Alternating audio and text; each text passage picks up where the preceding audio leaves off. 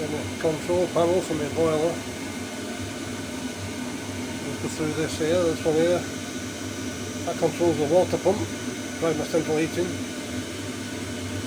This one controls the oil, the main one. The pilot one runs constantly. And this here, the failsafe speaks for itself. It reaches 88 degrees, it shuts everything off. The pilot one, that just one hit per minute, just enough to keep the flame burning. And when this drops below 60, I think 64 degrees I think it is, it'll activate this one, and that delivers every 19 seconds. When that's running, which will be very soon, you'll see the little light come on in a second.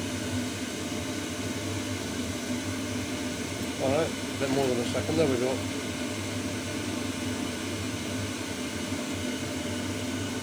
Now it'll deliver every 19 seconds on this, and every 62 seconds I think it is on that one.